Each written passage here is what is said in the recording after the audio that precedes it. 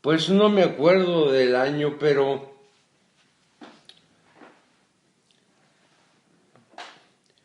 recién terminaba de ser gobernador del estado don Mariano Palacios Alcocer. Yo tenía mi despacho en Pasteur número 50, siempre estuve en el centro. Cuando llegó una reportera de la revista Proceso,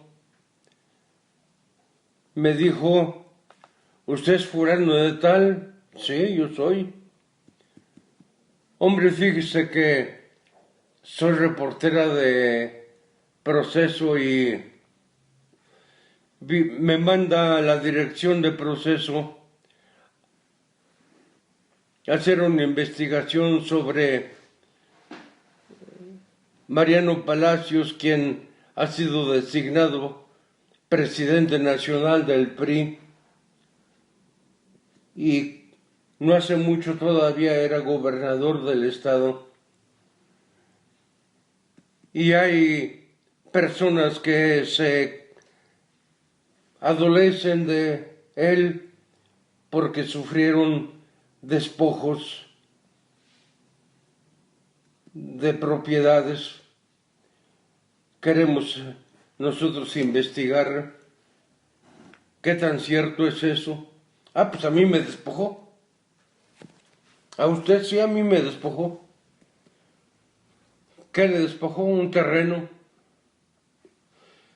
producto de mi trabajo en Huimilpan. Yo lo compré, lo escrituré a mi nombre y de buenas a primeras lo invadieron, metieron camiones con material y comenzaron a construir. Yo fui y le pregunté a la autoridad municipal que si habían ordenado invadir el terreno, me dijeron que no. Investigué más y me informé que los camiones que metían material al terreno, a orilla de carretera, eran camiones particulares que metían material y que era por orden de el gobierno del estado y que iban a construir y comenzaron a construir, construyeron una obra, iniciaron una obra de construcción consistente en una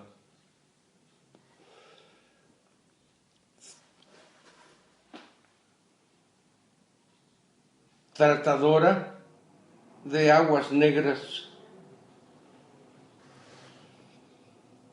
Bueno,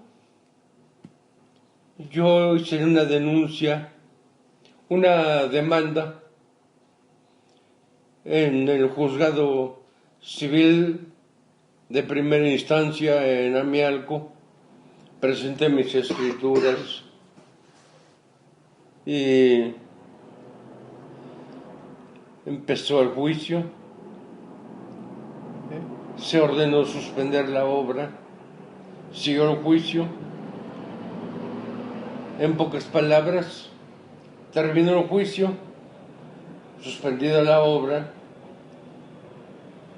el juez de primera instancia en Amialco me dio la razón jurídica, histórica, y ordenó al gobierno del estado que se me entregara el terreno y la obra quedaba en mi poder. Yo demandé al gobernador y al gobierno y al secretario de gobierno, quienes ordenaron la obra, y me entregaron, pero por las dudas yo demandé también al gobernador y al secretario de gobierno en la vía de amparo. se inició el juicio de amparo y el juez federal aquí me concedió el amparo. Pero estaba el gobierno de Mariano Palacios de salida. Se fue. El juez de distrito le ordenó al gobernador saliente que se me entregara el terreno. Se fue y no me entregó. En Amialco, el juez ordenó que entregaran el terreno. Así que gané en la vía civil y en la vía de amparo.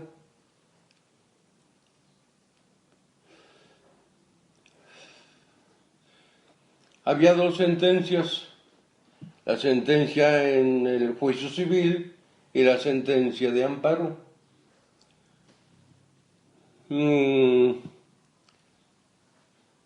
Yo salí de fuera del país, pero al mismo tiempo el gobierno saliente de Mariano Palacios despojó a una familia aquí en San Pedro Peñuelas de un terreno de la misma superficie que el mío, hectárea y media.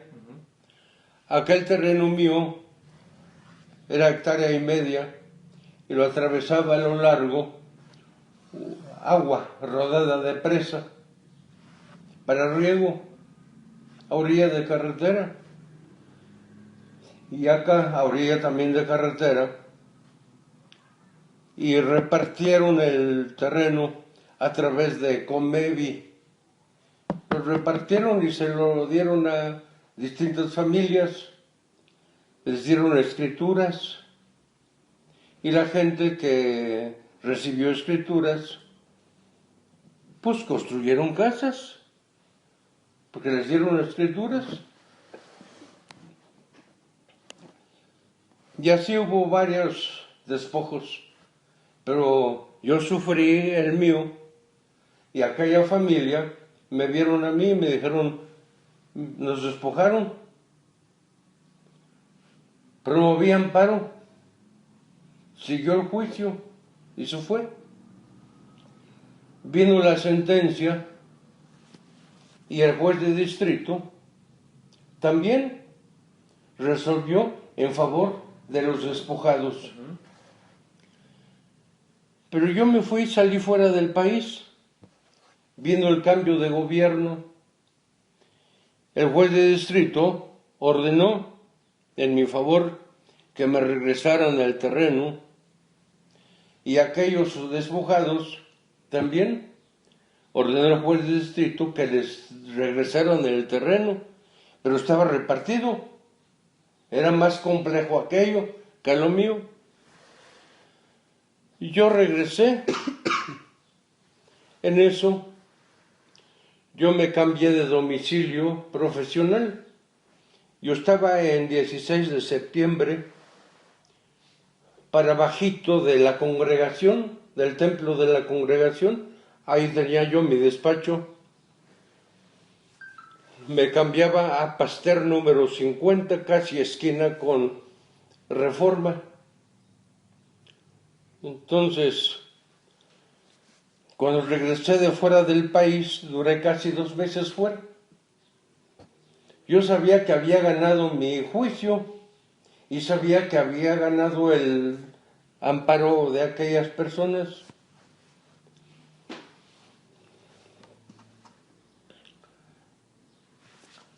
Cuando llegué, yo pensé, voy a asomarme a ver cómo están estos juicios. Pero yo tenía que cambiarme de domicilio profesional del 16 de septiembre a Pasteur 50. Un sábado en la noche acarreaba yo mi archivo de Pasteur de 16 de septiembre a Pasteur con un diablito acarreaba yo mi archivo. En eso salió el gobernador Burgos del Palacio de Gobierno. Habíamos trabajado juntos años atrás en la Procuraduría de Justicia y me reconoció. Me dijo: Pablito, ¿qué andas haciendo? Pues aquí de diablero, me voy a cambiar de domicilio. Yo estaba aquí atrás de vecino con ustedes, ahora me voy aquí adelante. ¿Cómo que te cambias? Sí, me voy de atrás de este edificio de ustedes, aquí adelantito. Hombre, quiero platicar contigo, bla, bla, bla. Bueno, muy bien. Establecimos día y hora para platicar. Y la plática, una de las cosas o puntos de la plática fue: licenciado, he ganado 2 juicios de amparo. Uno mío y otro de unos despojados. Aquí traigo la copia de las sentencias. La sentencia en la que yo gano y la sentencia donde gano para otros despojados. Y el juez de distrito me está preguntando, por escrito me pide que yo le informe si el gobernador ya me entregó lo que fue materia del despojo, y para este otro despojado, que es una familia, y a mí no me han entregado, a esta familia tampoco le han entregado. Y el juez de distrito advierte: si no le han entregado, dígamelo para yo ejecutar. Y advierte: si no le han entregado, para yo aplicar tal disposición, consistente en que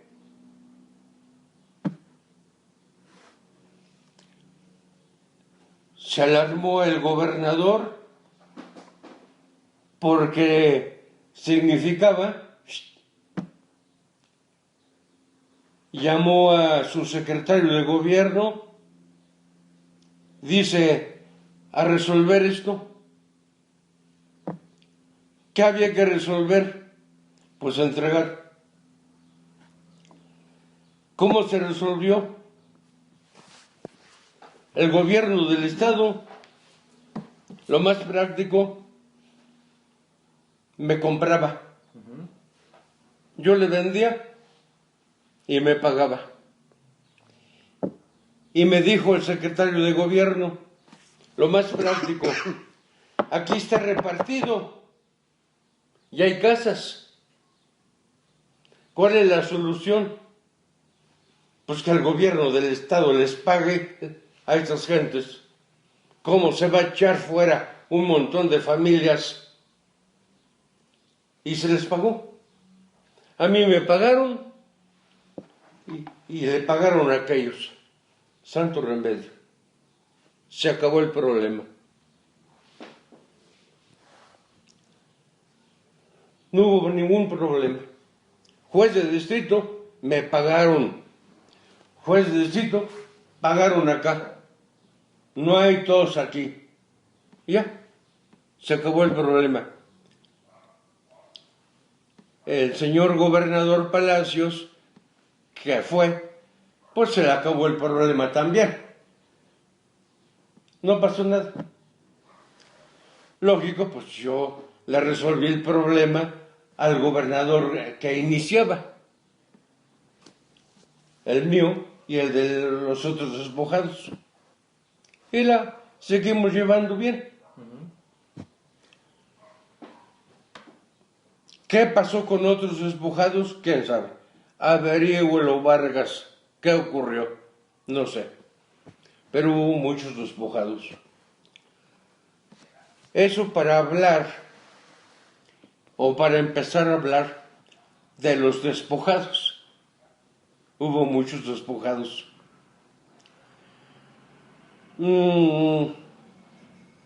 ¿Por qué me atreví yo a hablar de Mariano Palacios con aquella reportera? A petición de ella. ¿Por qué habla usted de Mariano Palacios? Porque yo lo conocí. Cuando el gobernador Burgos y yo platicamos al inicio de su administración, él se fue con la finta de que yo era la cabeza visible de la oposición. No lo era. Era Pablo González Loyola Pérez, mi hijo.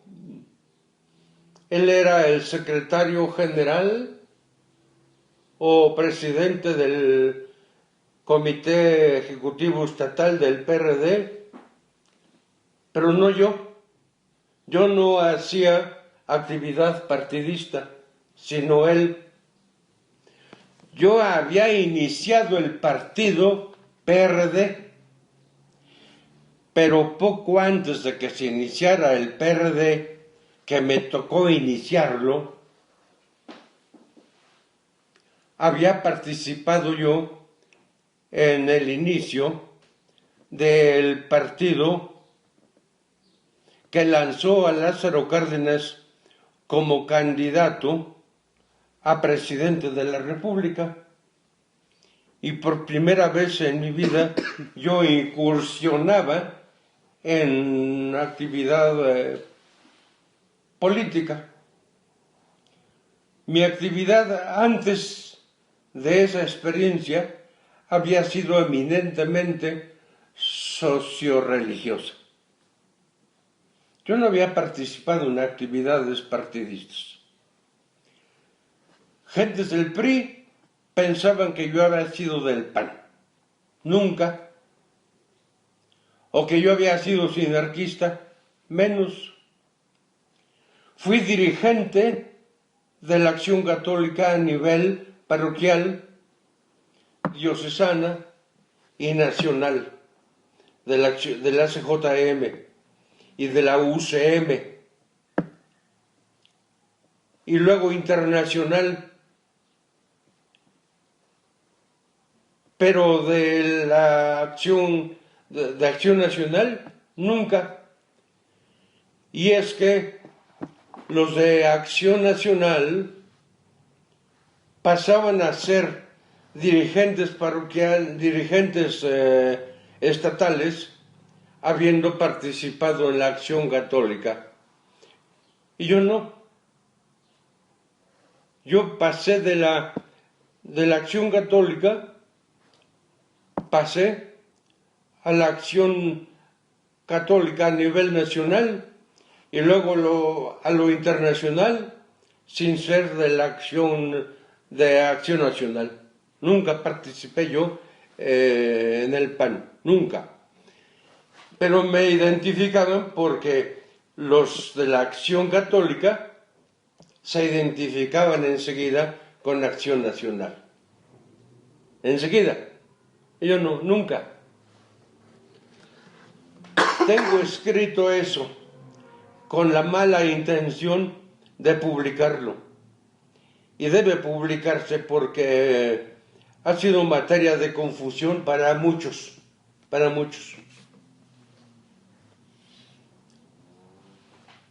Cuando yo fui dirigente diocesano de la Acción Católica en el Estado, estoy hablando de los años 50.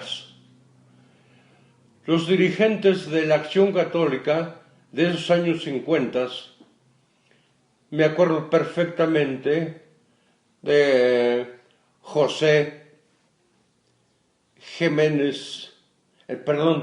Enrique Jiménez Torres. Su hermano, Heriberto Jiménez Torres, destacado dirigente de la Acción Nacional. Los dos eran de Acción Nacional. muchos hicieron la lucha de que yo militara en Acción Nacional. Nunca quise. Yo estaba a dos aguas. Yo tenía un padrino que fue dirigente sindical de los obreros de Hércules. Era comunista. Me hacía leer cada 8 días o cada 15 días el boletín de la URSS. Y Enrique Jiménez Torres me hacía leer cada 15 días a cada 8 días el boletín de la Acción Católica Española.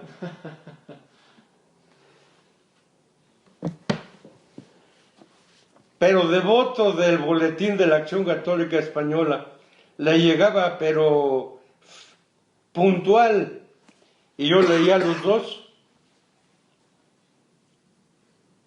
Y yo ya estaba en las lides de la Acción Católica a nivel nacional. Pronto estuve en la Acción Católica a nivel nacional.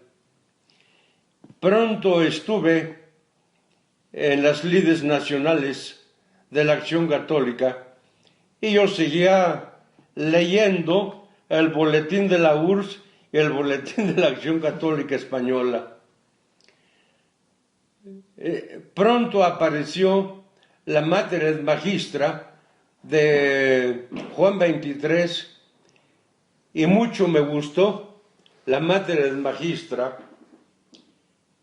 Entonces yo era dirigente de la UCM a nivel nacional y dirigente nacional de la Acción Católica, y me incorporé al Comité Nacional de la UCM.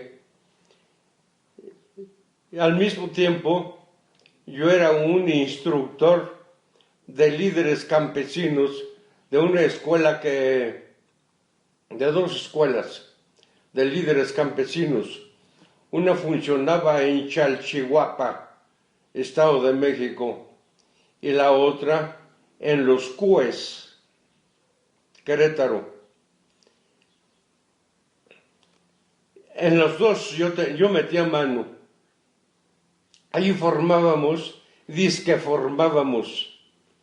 líderes campesinos para la Acción Católica, con gente que llegaba del norte y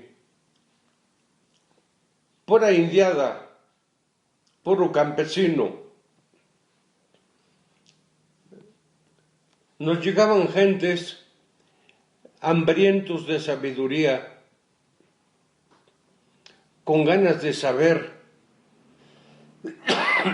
qué hacer con problemas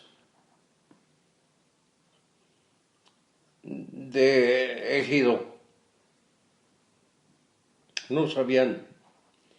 Y los dirigentes de la Acción Católica, a nivel diocesano, a nivel nacional, no atinaban qué hacer con tantos indígenas que llegaban de fuera, despistados, qué hacer con los problemas de los ejidos. Encontré en la Mater et Magistra cosas muy buenas, bellas, que se le ocurrieron, las cooperativas, y me encontré una cosa muy buena, las asociaciones agrícolas. Teníamos una legislación de que nadie la aprovechaba, la ley de cámaras agrícolas. Esa legislación la encontrábamos en la ley agraria, que derogó después la administración de Salinas de Gortari. Aquí en el estado y en otras partes la aproveché desde la Acción Católica para que los campesinos se organizaran y aprovecharan créditos a través de las asociaciones agrícolas, créditos que otorgaban la Secretaría de Agricultura, nomás con que estuvieran organizados. Había fórmulas que nada más se llenaban en las secretarías, en las oficinas de las secretarías de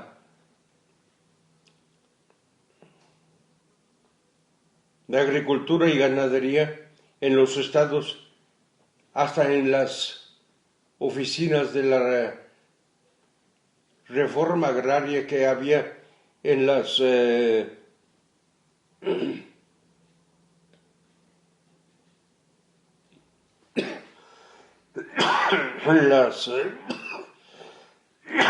delegaciones, con 10 campesinos que se reunieron, les otorgaban semilla y herramienta regaladas. Hicimos muchas organizaciones, muchas, aquí en el estado, en Michoacán, Napaseo, Acámbaro. Ni quien se ocupara de organizar a los campesinos, y el gobierno quería ayudar a los campesinos. Desde la Acción Católica hicimos eso. Era la izquierda. Desde la Acción Católica impulsamos eso. Se dio cuenta el gobernador de entonces aquí. Era el gobernador Manuel González de Cosío.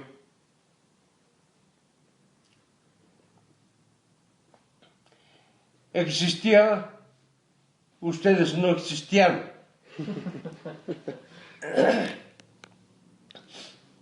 Había un programa en donde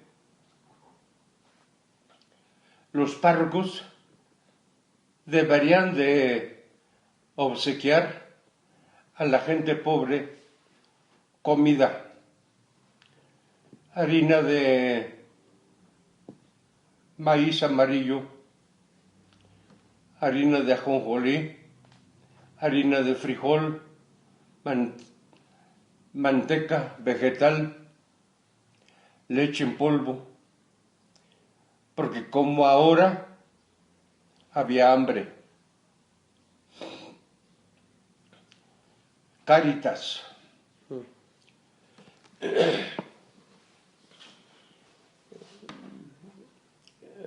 Me encargué a nivel nacional de distribuir eso.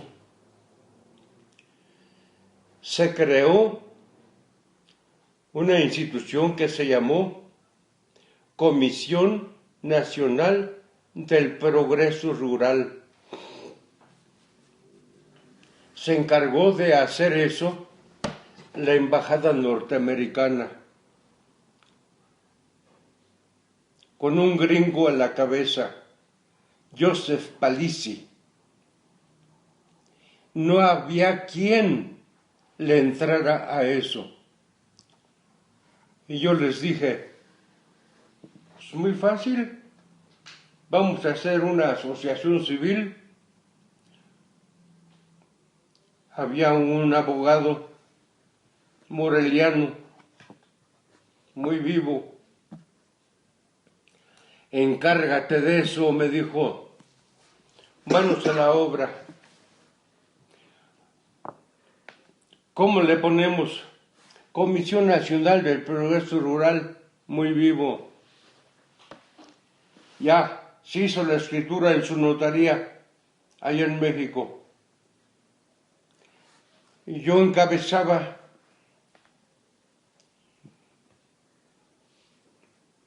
la Comisión Nacional del Progreso Rural. En cada estado fue haciendo lo mismo. Y a repartir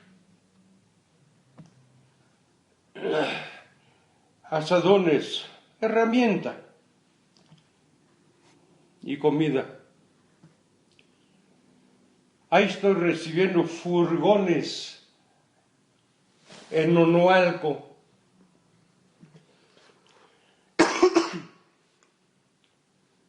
Y mandando trenes a toda la República con comida y herramienta. Y los grupitos que íbamos formando se encargaban de recibir. Era la izquierda dentro de la Acción Católica. En vez de rezar, repartíamos comida y hablábamos de las asociaciones agrícolas. Era la izquierda dentro de la Acción Católica. No hacían más que rezar el rosario. Así empezó la izquierda dentro de la Acción Católica. Pero un día se le ocurrió a alguien decir que Pablo González Loyola y otros que hablábamos de las asociaciones agrícolas era peligroso, no rezábamos el rosario y eso podría volverse comunismo.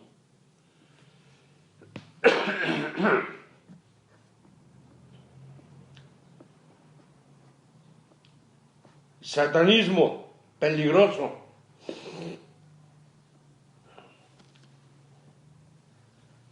Así pensaban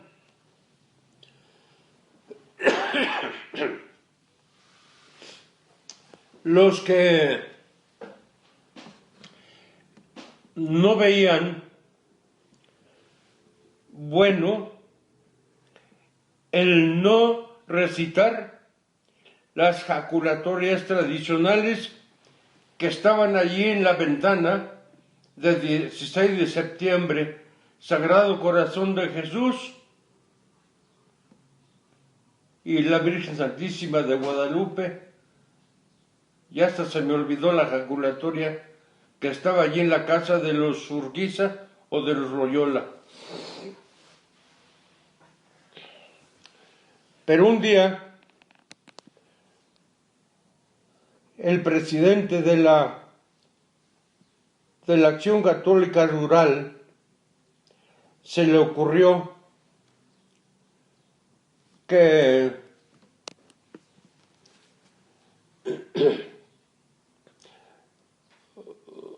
Pablo González Loyola y otros que estábamos en esa cuestión tenían que ir a tomar un curso de Acción Católica Española a España. Yo ya sabía, porque leía el boletín de la Acción Católica, cómo se las gastaban. Me querían mandar con toda mi familia. Les dije, no voy. Y no fui, no acepté. Al mismo tiempo, la OIT, ¿sí saben lo que es la OIT? Organización Internacional del Trabajo de las Naciones Unidas, la OIT, cuya sede está en Ginebra. la OIT, la FAO de las Naciones Unidas, el organismo especializado para combatir el hambre de la ONU, cuya oficina está en Roma, la FAO, y la UNICEF, que está en París, la que se encarga de orientar la educación de los niños con especial referencia en el campo. Las tres organizaciones con especial referencia de la OIT,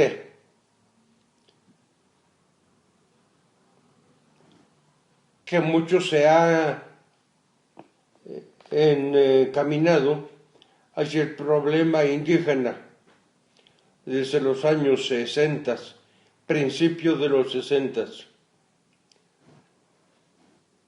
Estaban espantados en esas organizaciones con el inicio y el avance de la revolución cubana en el campo de América Latina. La Iglesia Católica, la Acción Católica Latinoamericana, estaban alarmados porque Radio Habana Cuba tenía programas muy incisivos con mensajes muy calientes en maya quiché, en guaraní, en aymara, quechua, español, portugués, en toda América Latina. A las 5 de la mañana, la radio en todo el continente, Radio Habana Cuba. ¿Y qué campesino a las 5 de la mañana no está oyendo la radio? Y en ese tiempo, la música mexicana, como pegaba, los corridos mexicanos, la música folclórica latinoamericana y los mensajes de la radio Habana Cuba. Aquí estaba el campesino oyendo Radio Habana Cuba. No había campesino que no estuviera oyendo con su mujer Radio Habana Cuba.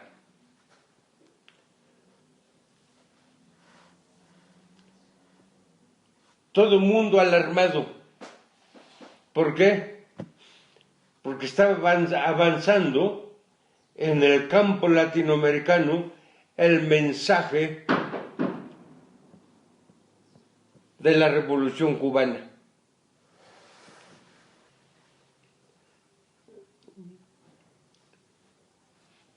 Entonces, la OIT, la UNESCO, la FAO, la Iglesia Católica, estaban calientes, no hallaban qué hacer. ¿Qué había en América Latina? Nada.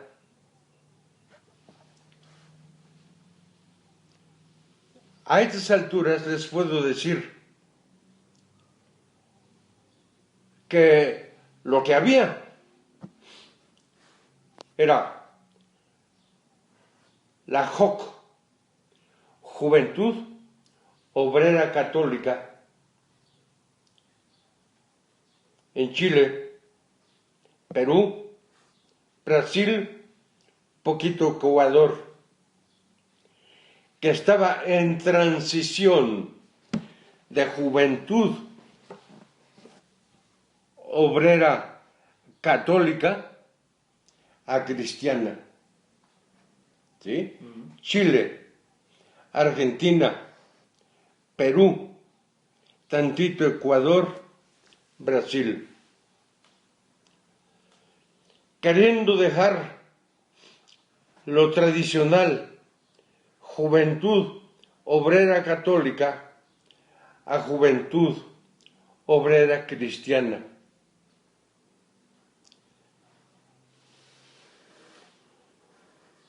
Julieta Calasanz, Tibor Zulik,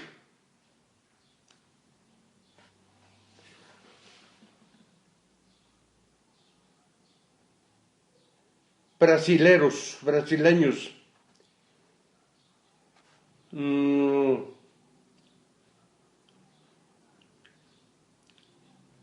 me quiero acordar,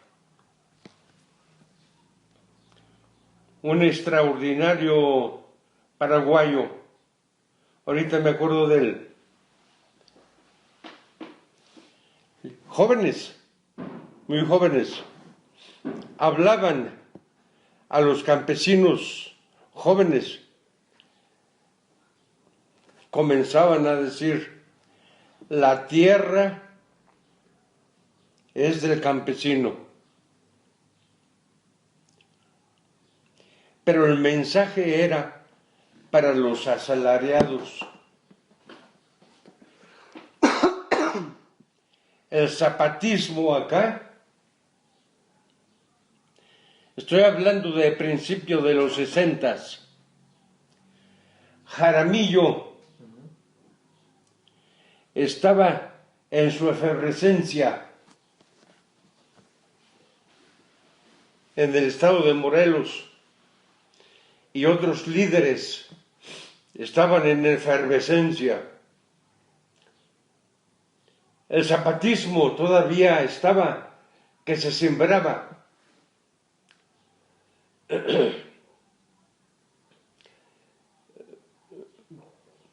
Pasó una cosa interesante. Naciendo los 60, el sindicalismo cristiano en Chile, Argentina, Perú,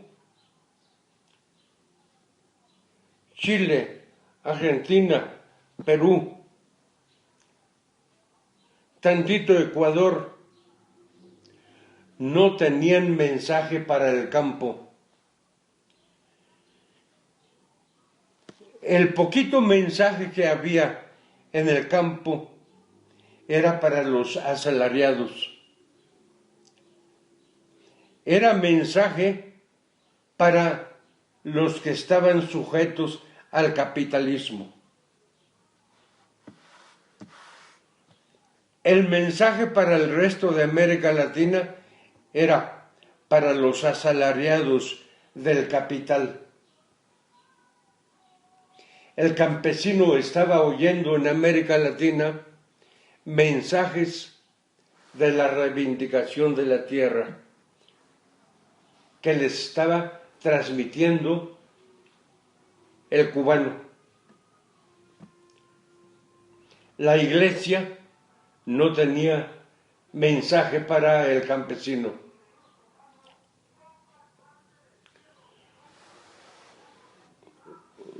Hubo en el 61 intentos de abrir espacio de los cristianos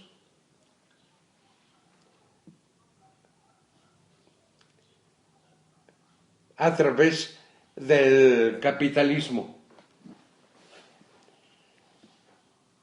Y llegaron a México sindicalistas cristianos de Chile, de Argentina y de Perú.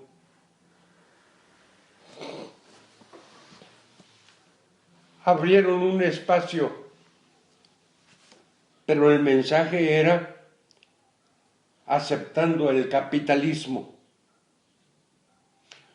un capitalismo endulzado.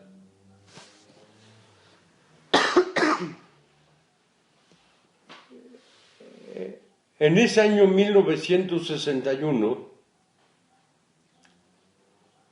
me los encontré con un mensaje dulce.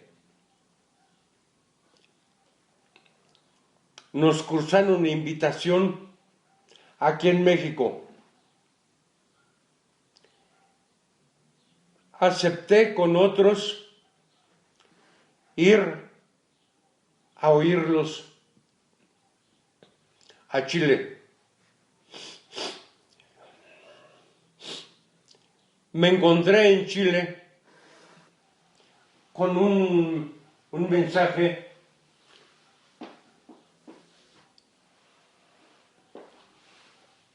contradictorio.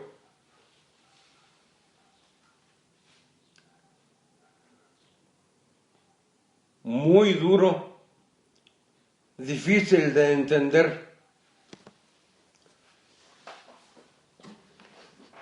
El mensaje revolucionario de la tierra para el que la trabaja. La tierra del patrón. La tierra para el que la trabaja, compartida con el trabajador. Participé en un evento, se llamó el primer seminario latinoamericano sobre la vida rural.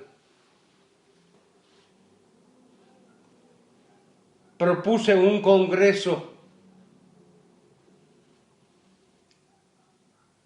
bajo el eslogan de ni hombres sin tierra, ni tierra sin hombres. La mayor parte de los participantes eran gente que estaban dentro del esquema del capitalismo, los asalariados.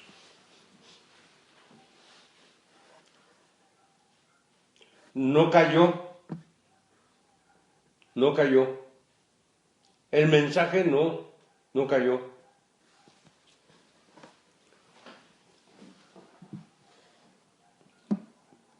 América Latina estoy hablando del año 61, 62, 63. América Latina estaba dividida ideológicamente, permítame, ¿sí?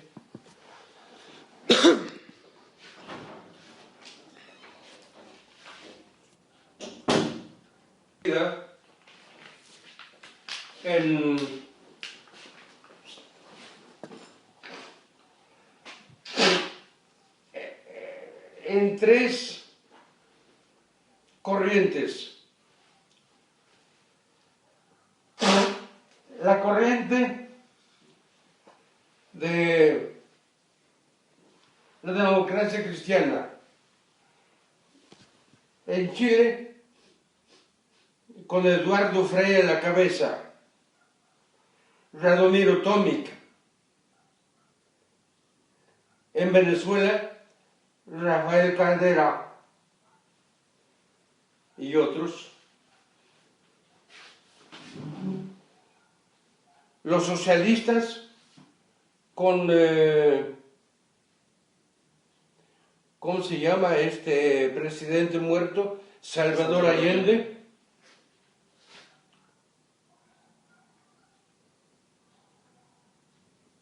Y otros. Alessandria el conservador,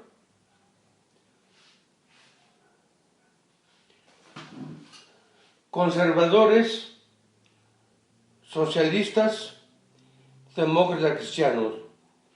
Los conservadores, allí los juntamos con los liberales tradicionales.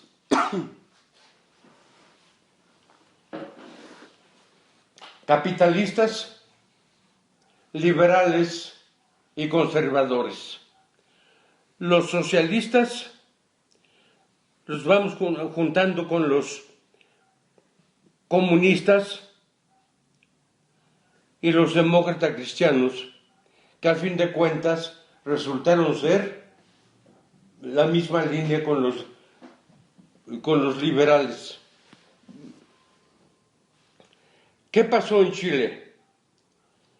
En un momento dado, los demócratas cristianos tuvieron que gobernar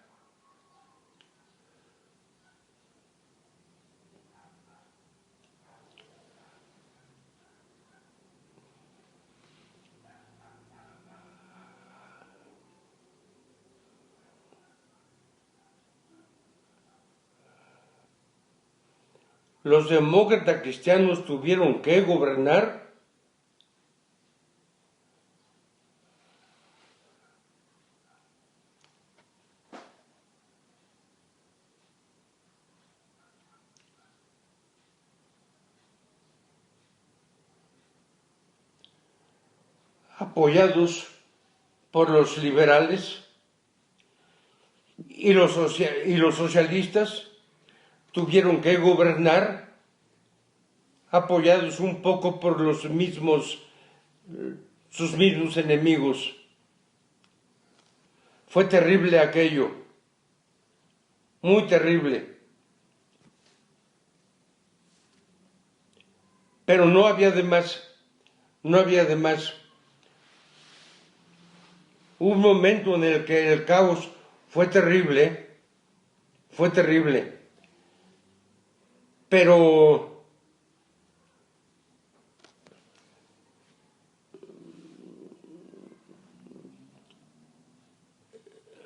en América Latina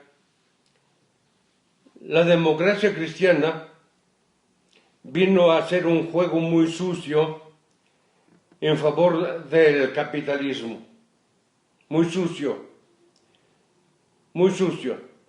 Traicionó al pueblo.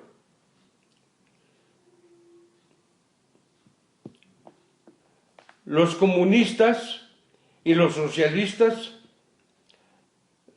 trabajaron con mucho trabajo para no traicionar al pueblo. Cuesta mucho trabajo ser de izquierda, mucho trabajo. Aquí mismo en México ha costado mucho trabajo. Bueno, volviendo acá a Querétaro.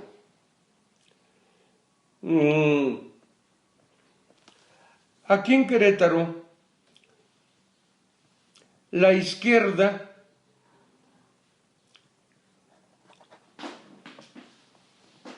prácticamente no ha existido.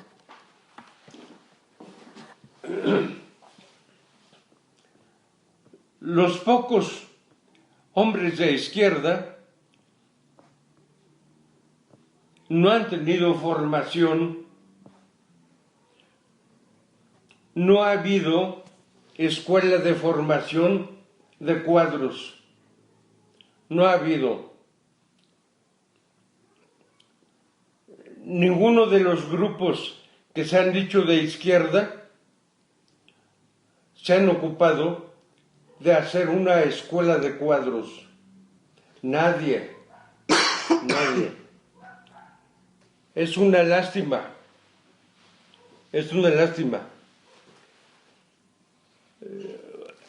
Hubo un tiempo en el que, estando dando yo clases en la universidad, que fue breve, tuve tentación de formar una escuela que llegara a ser escuela de cuadros. No pude, porque no había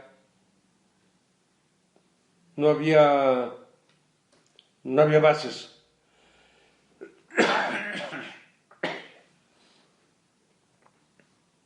Tuve de alumno a Mariano Palacios.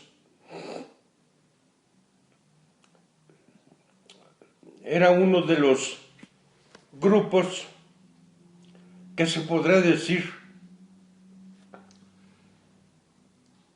que iba a ser escuela, y fue escuela de formación de líderes. Era un grupito de muchachos muy inquietos. Les tocó vivir una experiencia muy dura a los pobres. Cuando Mariano Palacios era líder en la preparatoria, estoy hablando de los años principios de los 60 tal vez,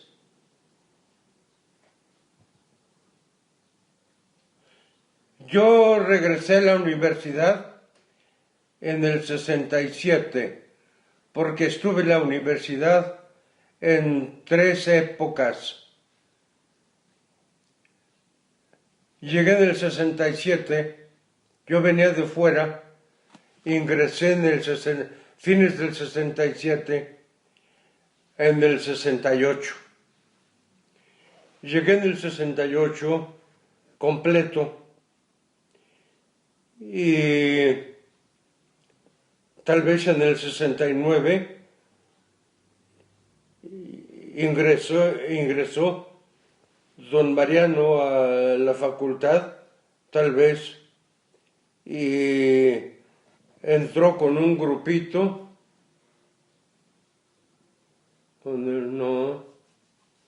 tal vez llegó como en el 70 o 71. Llegó con un grupito, valga la expresión, Francisco Guerra Malo, José Villalón,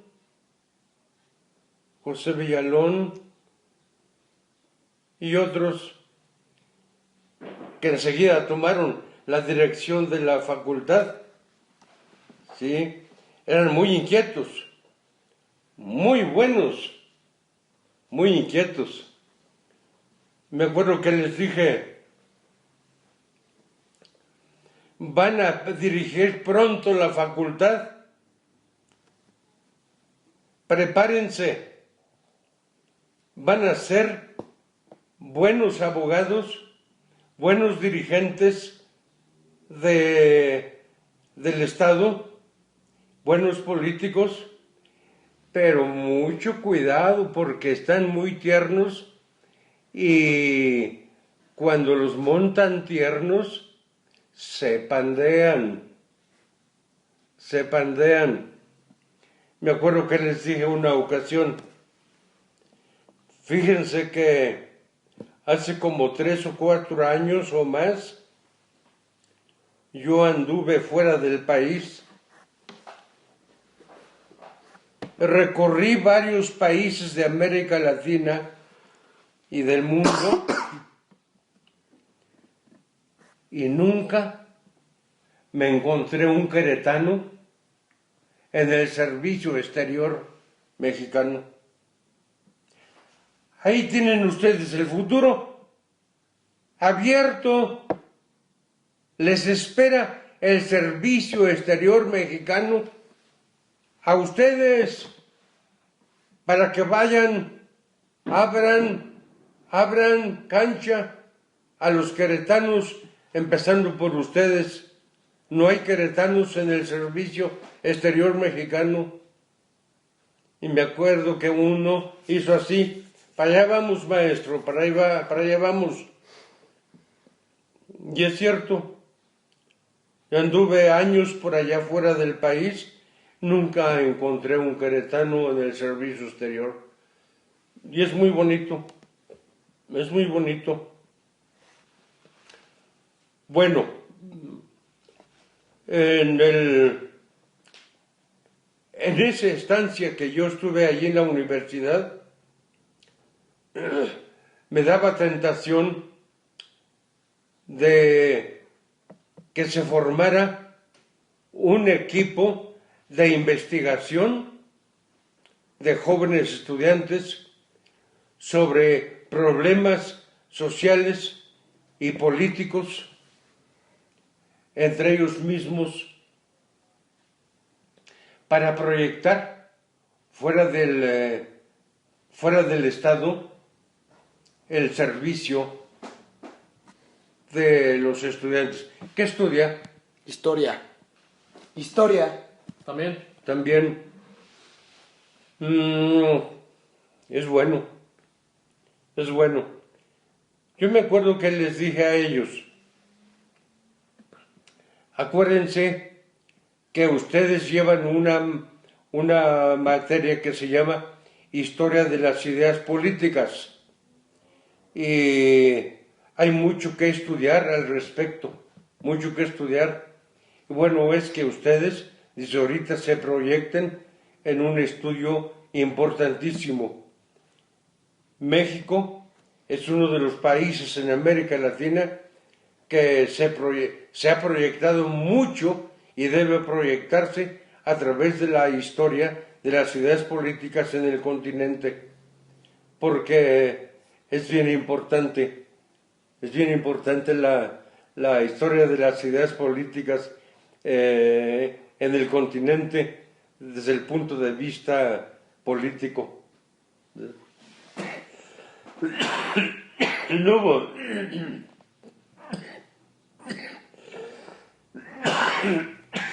hubo tiempo de proyectar lo que yo pensé que podría ser un seminario de historia de las ideas políticas desde México en toda América Latina. No se imaginen ustedes la grande expectativa que hay entre los estudiosos de la historia de las ideas políticas en América Latina a partir de México. Es bien interesante, como que esperan que México les abra. Es bien importante. Hay un libro que ustedes ya deben conocer,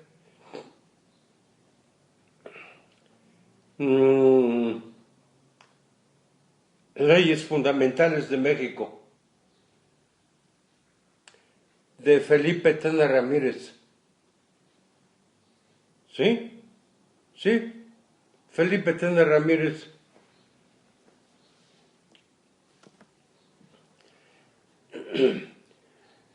Nos abre la grande visión que tuvo José María Morelos en el continente. Es importantísimo, es una belleza, es una belleza. Otro libro importantísimo,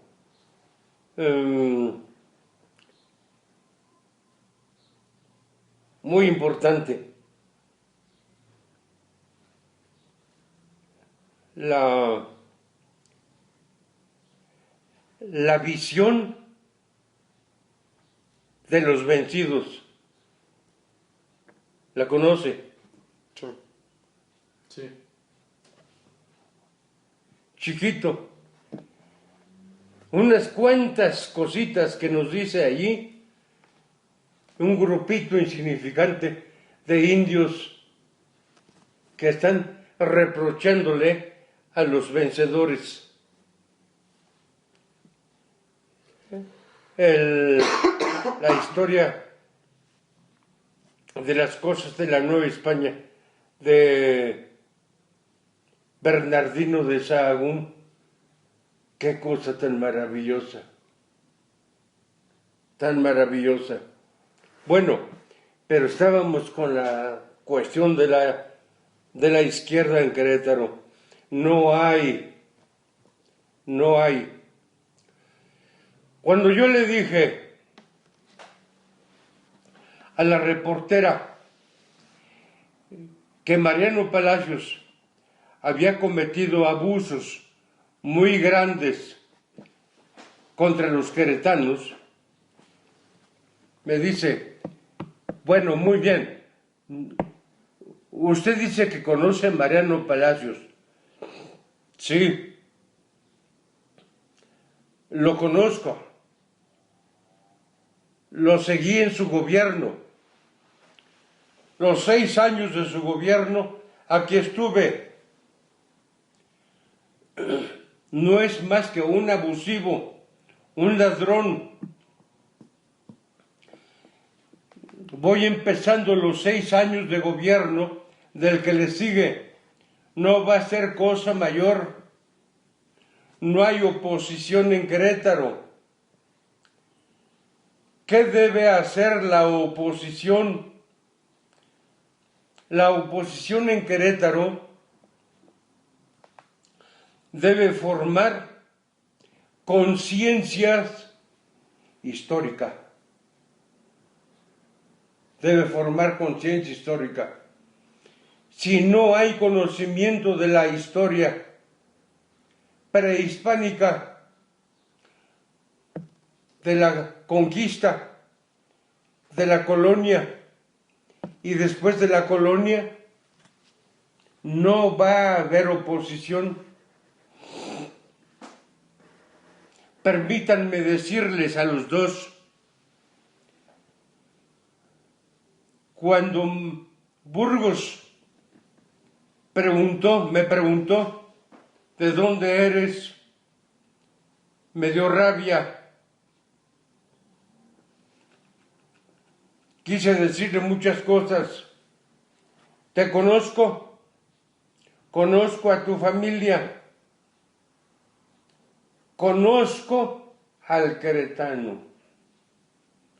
Sé que el queretano es un hombre agachado, es mocho, es catoliquito. Han recibido los queretanos la misma formación catoliquita que yo recibí en la Acción Católica desde la jerarquía eclesiástica. Agachados, sujetos a lo que diga la jerarquía católica. Para contestarle a Mariano Palacios, he escrito y tengo la mala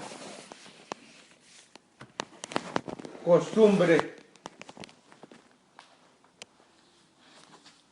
de escribir y no publicar. Yo quiero ya publicar.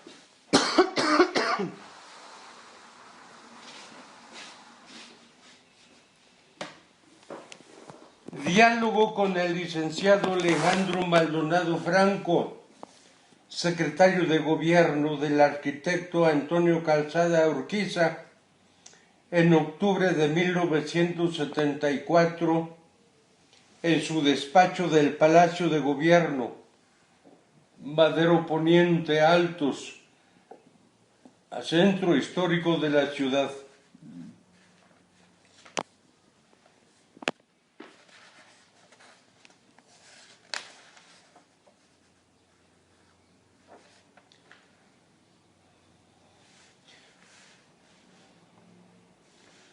Permítanme un ratito. Sí. ¿Sí?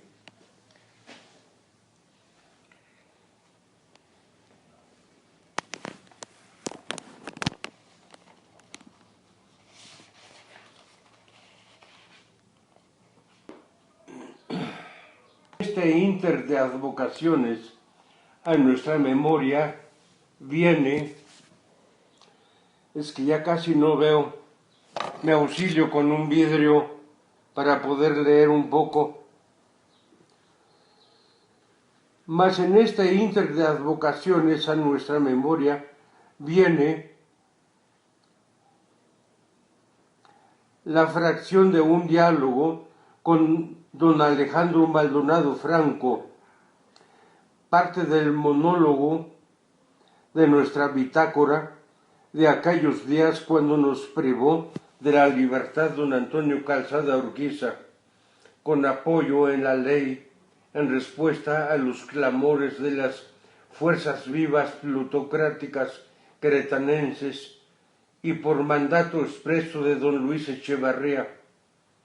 Ley fuga exigieron unos de los primeros, Operación Cóndor al estilo Pinochet, otros para borrarnos del territorio nacional, como ocurrió con no pocos disidentes del sistema, y dimos fe de que nuestro hermano Maldonado Franco le dijo a Gárate que si nos ubicó en la Sierra del Ajusco, que el señor canciller de don Antonio Calzada Urquiza lo instruyó para que a ninguno de nosotros nos fuera a pasar por las armas o nos metieran a un hoyo con las armas que portáramos, y que si no las traíamos nos las sembraran ante suficientes testigos de cargo, y en rebeldía si no cooperábamos con las pesquisas. Gárate nos puso en manos de nuestro hermano Alejandro Maldonado Franco, de modo que ya sin grillos en las muñecas pudimos hablar solos. Las muñecas pudimos hablar solos. El canciller: Pablo, ¿por qué don Sergio Méndez Arceo, el padre Eusebio Mendoza y Manuelito Lozada me pidieron que, al encontrarte para ponerte bajo nuestra soberanía, cuidáramos de tu integridad física, lo que hicimos aún sin su pedido? El reo, para que el juez eterno, por tu conducto, nos diera un chancecito a ustedes y a mí de enderezar nuestras cuitas, hermano. El canciller: ¿te refieres a que me olvide de mi hermana, a la que le llevaste los presentes de mi mamita a Perú? Reo: yo ni sabía que la tenías en olvido en los años 60, pero recibió en su convento de Lima los presentes de ustedes y me dijo que oraba por ti y por nuestros trabajos con los indios de los Andes.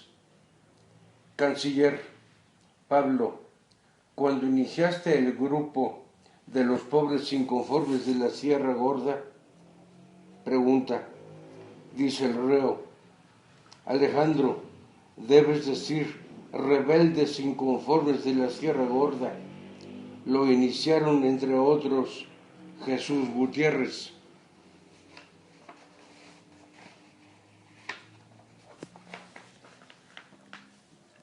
Canciller: ¿dónde está? Dice el reo: bajo tierra. Lo asesinaron los policías judiciales en Cadereyta.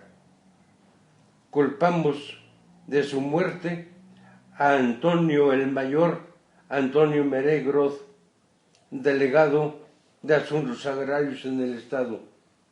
Canciller: este gobierno no hizo eso. Reo: ocurrió en la administración pasada, pero ustedes tienen enterrada la investigación.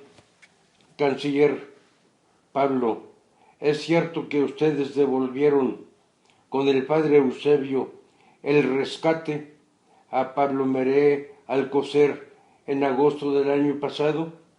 Reo: cuando la radio, la televisión y la prensa locales publicaron las denuncias de los rebeldes, solo tomamos 20,000 pesos para gastos de la operación. Devolvimos con el padre Eusebio, el submediador, los 630,000 pesos. La operación, sobrantes. La operación no fue para lucrar. Canciller Pablo, la familia Meral Coser dice que no recibieron sino a Pablito. Reo, que reclamen el rescate al señor obispo Torres Cobian. El secretario de la Mitra y la hermana del obispo fueron testigos, y el mansionario Jorge Martínez también, el padre de que el padre Eusebio entregó al secuestrado y el rescate devuelto. Canciller, ¿lo sostienes? Reo, ya lo dije a la prensa local y nacional, y lo sostendré en juicio. Canciller Pablo, la prensa local publicó en septiembre del año pasado que tú y tu familia habían muerto en el golpe de Estado en Santiago de Chile, cuando fue derrocado el presidente Salvador Allende. ¿Por qué? Reo, para que rezaras por nosotros, Alejandro, y para que nos dejaran tranquilos el Estado Mayor Presidencial, la Policía Judicial Federal y la de Michoacán. Recuerda que teníamos orden de aprehensión por parte de los de Michoacán. Ellos tienen presas a mi madre, a mi hermana, a mis cuñadas y a la madre de mis hijos. Canciller Pablo, cuando supimos por la prensa que de tu muerte, hubo personas que rezaron por ti, hasta yo, pero cuando Antonio Gárate ejecutó tu detención, el maestro Cepeda Vázquez dijo, no que este cabrón se había muerto, ahora qué vamos a hacer con este cohete. El procurador de justicia del estado, Reo, él sabía que yo estaba en territorio nacional. Canciller, no Pablo, solamente yo y Gárate. Si lo hubieran sabido en la Procuraduría y la Policía Judicial, te les hubieras escapado otra vez. A Miguel, el jefe de los judiciales, lo tenías muy irritado con tus cartas luego que te hiciste polvo cuando te cercaron. ¿Cómo fue? Reo, si preguntas cómo, pues fue porque se pusieron a saquear en el cateo, mientras me puse a barrer la calle y recoger la basura. Y allá, pero ha de haber servido tu oración cuando me dieron por muerto, y fue para llegar vivo a platicar en esta tu santa sede. Y tu venerable hermana, la monja. O sea, estos detalles están escritos. Sí. No dilatan en pasar por ellos, porque están pasándose en limpio. ¿Para qué? No están en donde deben estar. Se están reponiendo porque hubo una distracción y faltaron. O sea, se está cumplimentando algo que faltaba. Se está cumpliendo algo para rellenar y no dejar huecos.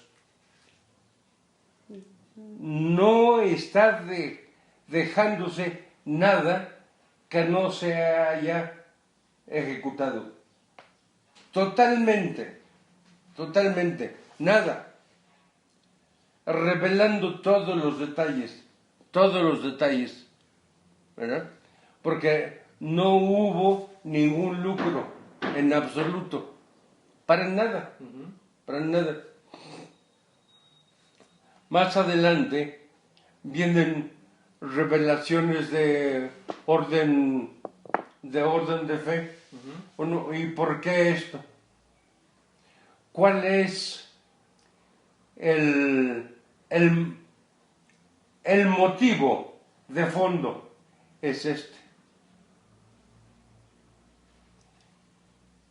En el orden de fe es este. Hubo intenciones de interpretar que confesiones sacerdotales por aquí, que confesiones sacerdotales por acá. Ninguna. ¿Por qué? Porque no estamos manejando cosas sacralizadas, sino cosas reales, concretas. Personas muertas. Solamente pusimos los muertos. De nuestra parte no hubo nadie que se hubiera sacrificado en absoluto. Nos tocó poner gente muerta en tal parte y en tal parte. ¿Ya? Alguien dijo, bueno, esto se trata de un sacrificio, ¿sí? De un sacrificio. Esa es la auténtica izquierda para nosotros.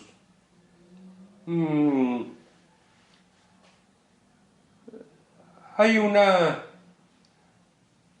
revelación sobre el trabajo. ¿Cuál es el valor de esto? El valor es eminentemente espiritual. No tiene otro valor. ¿Verdad? Nada más. Citas bíblicas están hechas. ¿Verdad? Lo van a encontrar porque tiene su fundamento en cuestiones de fe. ¿Verdad? Bien clarito. Lo van a encontrar, lo van a ver concreto. Pero es cuestión de tiempito. No dilatan en pasar por esta parte. Y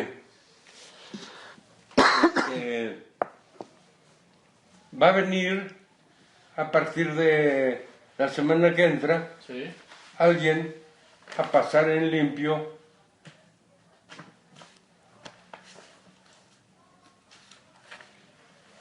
esta parte que es la filosofía. La parte que más me gusta es la filosofía del trabajo. ¿Qué es el trabajo? El trabajo es la participación que el humano tiene de la esencia divina. Usted hace 30 años, 35, no existía. Usted tampoco.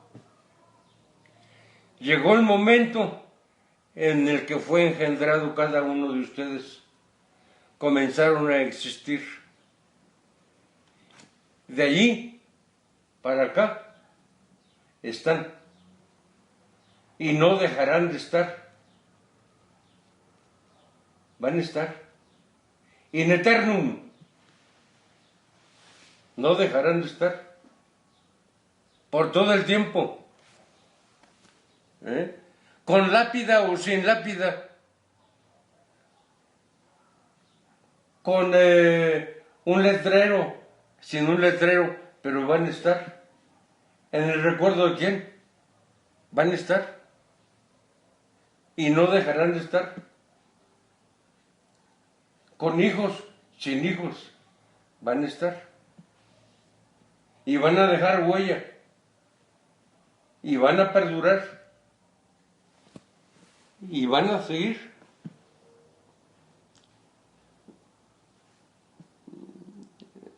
Es interesante eso. Es interesante. Los dejo. Sí. ¿Sí? Cuando gusten, vengan. Avísenme de un día para otro. Hablen. Yo no voy a contestar. Si contesta es igual. Si contesto es igual. Hablen como a las 9 de la noche. Les va a contestar Tonantzin. Sí. Es mi hija. Y ya, ¿en qué año va? Ya salimos, ya acabamos. ¿Ya terminaron? Sí. Somos licenciados ya. Ya somos licenciados. ¿Los dos? Sí. ¿Qué estás? Las izquierdas en un futuro. ¿Cómo? Una última pregunta. ¿Qué espera de las izquierdas en un futuro y qué le ha dejado participar? ¿Qué espero de las izquierdas? Sí, aquí en Querétaro. Muy buena pregunta.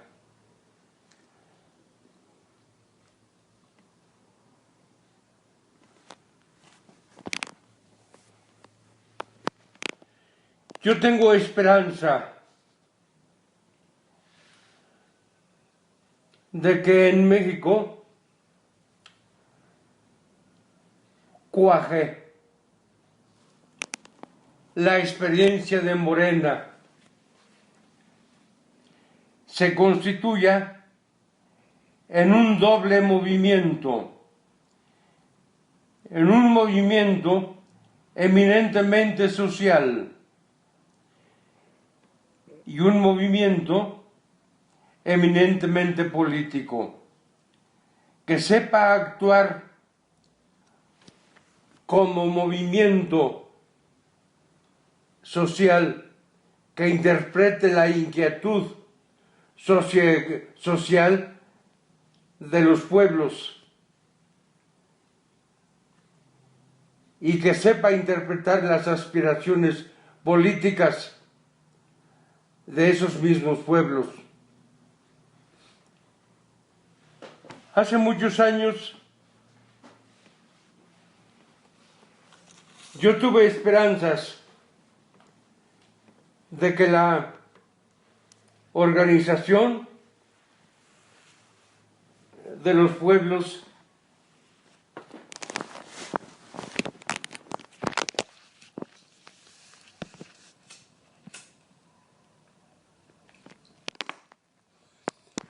fuera capaz de crear una fuerza que significara potencia política para la transformación de las aspiraciones de los pueblos. Yo conocí el papá de Evo Morales cuando él era luchador en los sindicatos de los coqueros en Cochabamba. A Evo lo conocí chiquito. Como a otros niños en las casas de los dirigentes de base, de los organizados, cuando se reunían a hacer asambleas, a preparar asambleas de la organización de los coqueros.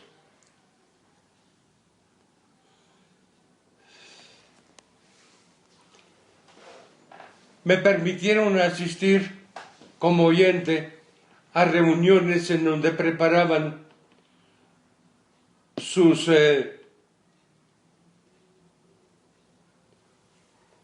discusiones para llegar a las asambleas con acuerdos tomados en las bases. Y yo sabía perfectamente que aquellos acuerdos que tomaban en los corrales de las casas iban a ser acuerdos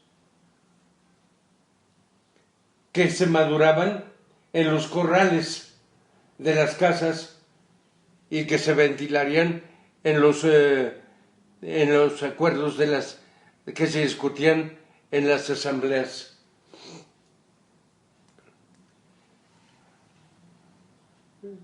También conocí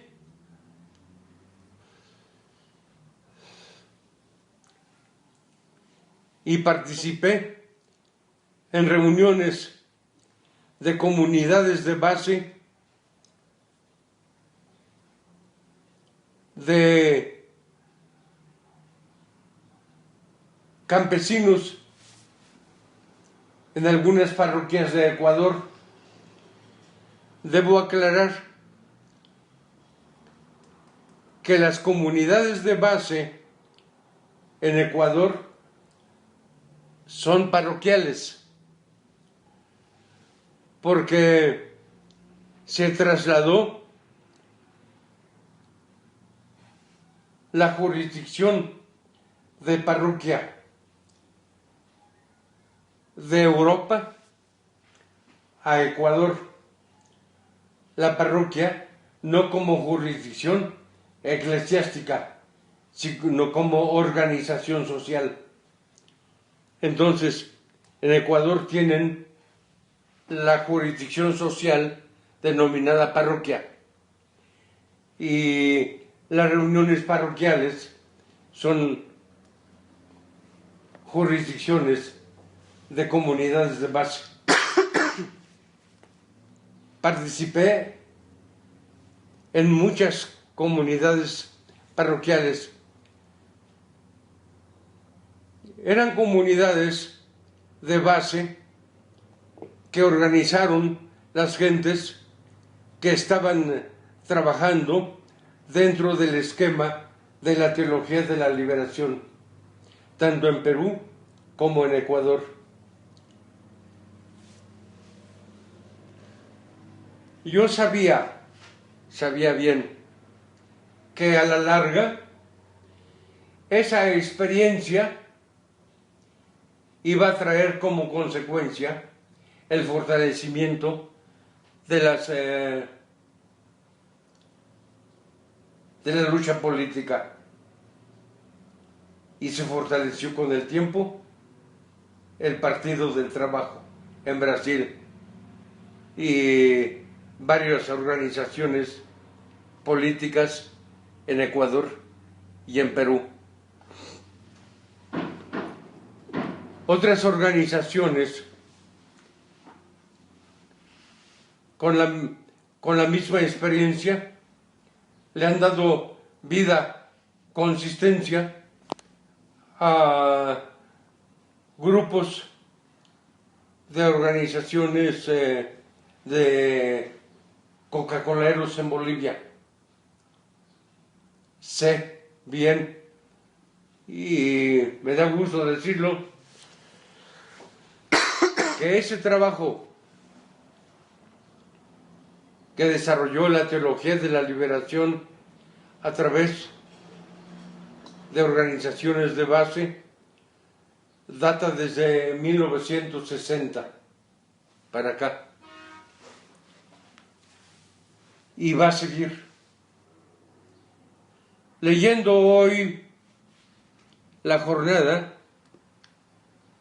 hay un artículo que me hace recordar el trabajo de las organizaciones de base que se auspiciaron desde la base a través de experiencias de la teología de la liberación.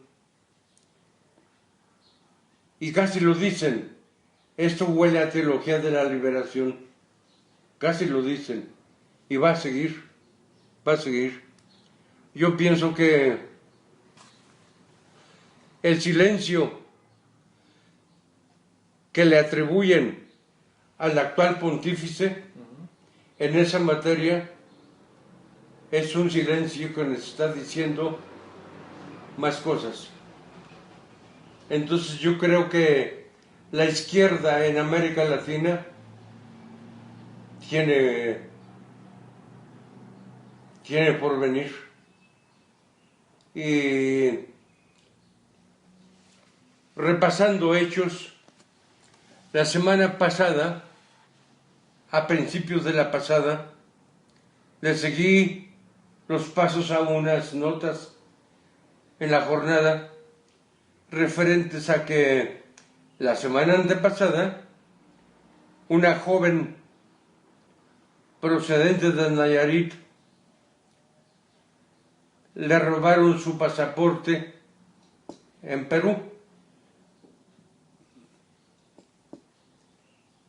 Tenía como destino Brasil. No llegó a Brasil, se regresó sin pasaporte. Cuando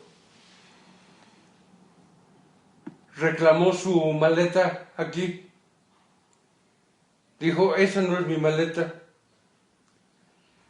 pero tenía los datos de ella. Dice, la voy a abrir, pero no es mi maleta. Y delante de la guardia abrió, advierto que no es mi maleta. Y encontró adentro 10 kilos de cocaína. Dice, no es mi maleta, advertí, y eso no es mío, era cocaína. Lógico, no pudo ir a Brasil, era de las que tenían que llegar a la recepción del Papa. O sea que tenía dedicatoria. Las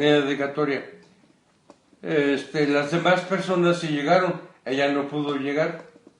¿Quién era ella? Eso no dice el periódico, pero tenía dedicatoria, ¿verdad?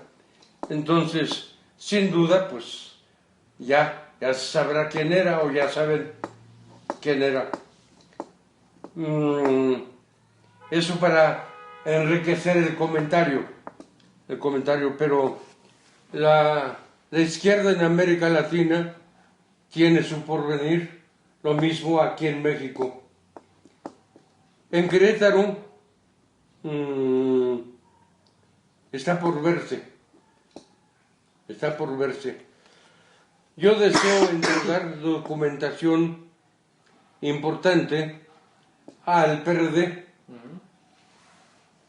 y de paso decirle a quien corresponde, ocúpense de la formación de cuadros, pero no hay quien se ocupe de la formación de cuadros.